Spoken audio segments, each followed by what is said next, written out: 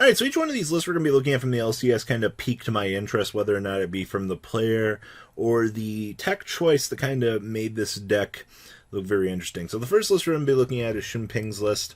You guys should definitely know how excellent of a player he's been. So let's dig into this. We have one copy of Despot 01, one Fire Flint Lady, one Gearfried, two copies of Renault, two copies of Ogier, triple copies of Oliver, two Colt Wing, triple Connector, two Dolphin, one Gemba, two Red Layer, triple Durandal, one DDR, one Phoenix Blade, triple Dragdown, triple Exchange, triple Heritage, triple Living Fossil, one Magical Midfield, one Rhoda, and one Smoke Grenade. Down here, in the extra, we have one Auroradon, one Link Cross, one Isolde, two Halifibrax, one Tatsunoko, one Omega, one Power Tool, one Marshall, one Charles, one Roland, one Herald, one Synchron, one Quandrax with one Borreload Savage with triple Nibiru, triple Gamma, one Driver, one Feather, triple Evenly, triple Imperm, and one Red Beat. Okay, that's Turbo deck profile. Now, our tech choice for this, we're playing Exchange. Now, at this point, you're probably like, well, wait a minute, Robbie. Why Exchange? All right, what makes this relevant here? Well, you can take your opponent's hand traps. Now, a lot of people aren't, they're either going really heavy on hand traps, they're kind of playing like a little light package, steal your opponent's imperms. You also kind of get the knowledge of what to play around. The advantage that you get with playing Infernoble at this point is your deck is the master of two card combos, essentially, alright? Two monsters, makes a sold, starts full combo, tuner and whatnot, starts your entire Halifibrax combo. Getting that knowledge of what your opponent has set up in their hand to allow you to combo off really is to your advantage. I think a lot of players definitely discount the hand generation ability. Just that knowledge really does, kind of pull towards what you want to do. Also, you can steal an extender from your opponent, depending on what you're playing on. Imagine stealing your opponent's Monster Reborn with this. Alright? That's crazy to me, alright? There's no other literal drawback to this card. Literally just a simple activation take it. Also, hi, I'm Magical Midfield Breaker. Allow me to go off without caring. There's a reason why this card is limited to one. So I chose this list because purely Shinping putting more emphasis on hand disruptability, taking those resources from the opponent, and putting them to use for yourself. And I think that that's awesome. Alright. Now next up, we have dinosaurs. I believe that this was Christian Thomas's list out of this. So Turbo Deck Profile Edition Go. So we have two Animador Archosaur, two copies Little Baby Stegosaurus, one Torrent, one Pankratops, triple Droll, one Giant Rex, triple of the Gizmek Uka, triple Miscellaneous, triple Nibiru, one Little Pterodon, triple Gamma, triple Oviraptor, two Conductee, one Driver, two Big Pill, triple Gotta Find the Guys, triple Lost World, triple Extrav, and one Terraforming. With double Secure, double Link, one Little Unicorn with one Phoenix, one IP, one Iria, one Access Code, one Tornado, one Logia, two Dolki, one Dweller, and one Omega, with triple Lancia, triple Ash, one Feather Duster, two Twin, triple Rivalry, triple Survival's End, wrapping up the back end here. Now, Gizmek Uka, we saw this a lot during, oh man, what was it? March? May? No, it was like April, May. We saw Uka kind of tearing things up. It was during pre-summer. We saw this card was being used to kind of slow down the Halifibrax combo. We kind of steered away from this as things kind of took a back seat for a little bit of the format here. And I saw this in a couple lists this weekend. I believe we saw it in Lund's side as well. But the Gizmek package is back, which means, hey, I can, water my opponent and watch them struggle. So I think that that's kind of important. Like, this little package here kind of gives you access to some cool interactions to slow down the opponent. Also, the Survival's End back here in the side. Destroy as many normal monsters in the field as possible. And if you do special from the level 4 or lower dinosaur monsters from your deck up to the number destroyed, but destroy them during end phase. You banish this card from your graveyard, target one dinosaur monster you control and one card your opponent controls and destroy them. Think about this. In a world where I can do this, pop off a token, get a special summon, and then you can banish this from the graveyard to do a pop on both sides of the field. That's pretty interesting.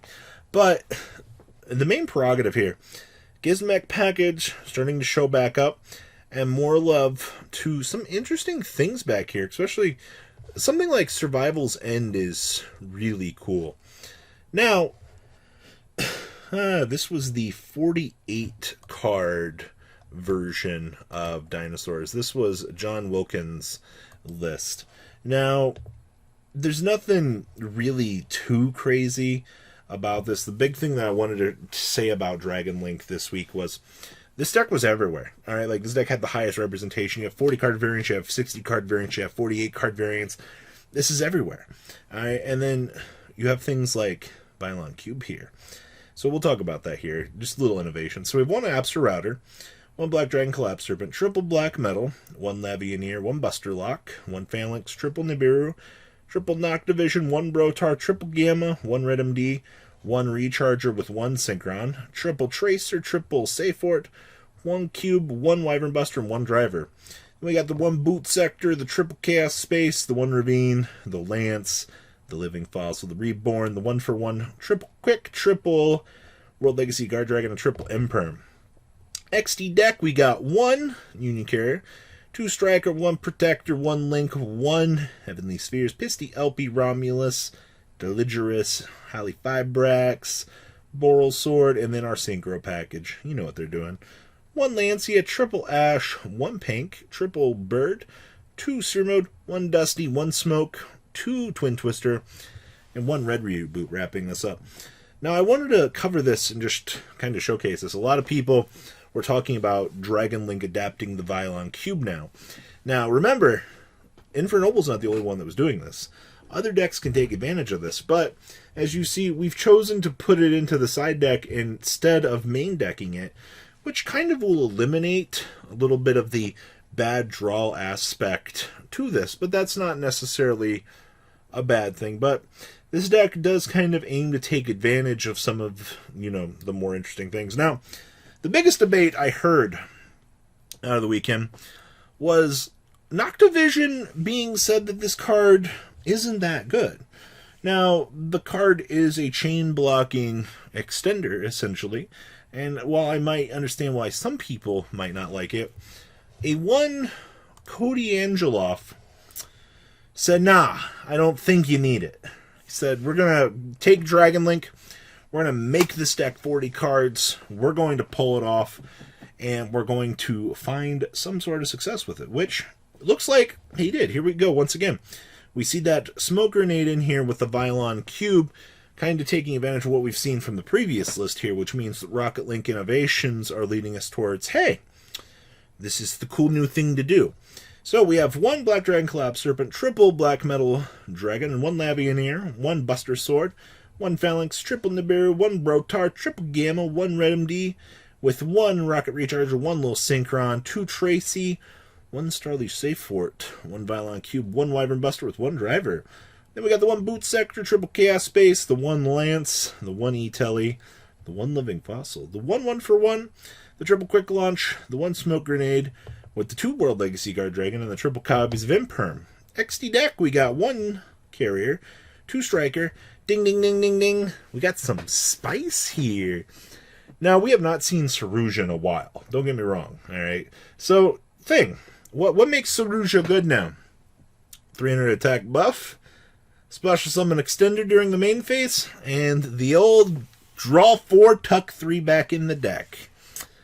Is it time? Is Saruja finally coming back? We'll see. All right, I think that this was definitely interesting. Now, I've seen a lot of people kind of pointing fingers at me like, well, Saruja never really left. He just went to the back of the corner and cried. But this definitely kind of struck me. I was like, ooh, you got some extenders here. So many different ways you can play this deck. It's insane. We have one Protector Whelp, one Link Cross, one Heavenly, both Dragons, one Romulus, Halifibrax, Boral Sword, and the Sinky package with triple Lancia, one Pankratrops, triple Droll, one Feather Duster, triple Lightning Storm, triple Pointer, and one Red Reboot. Wrapping up Cody's list for everybody. Now, like I said, I think in terms of innovations right now, Exchange is cool. The whole Smoke Grenade seeing play in Dragon Link is awesome. It definitely goes to show that the format is developing itself in a much more interesting light. And, I mean, who cares if the world's in a bad place? All right, Yu-Gi-Oh! Never sleeps, evidently. Tell me what you guys think down below in the comment section. And well, Duelist, I'm out. Peace. Thank you, patrons, for making the ride never truly end. Without you guys' support, well, I would probably be doing Truffle Shuffle videos for a living. Guys, please check out VanCole40 for all of your Cardfight Vanguard content brought to you by MCole40. And if you are looking to pick up singles, check out mcolegames.com for your trading card game needs. Thanks for watching, everybody.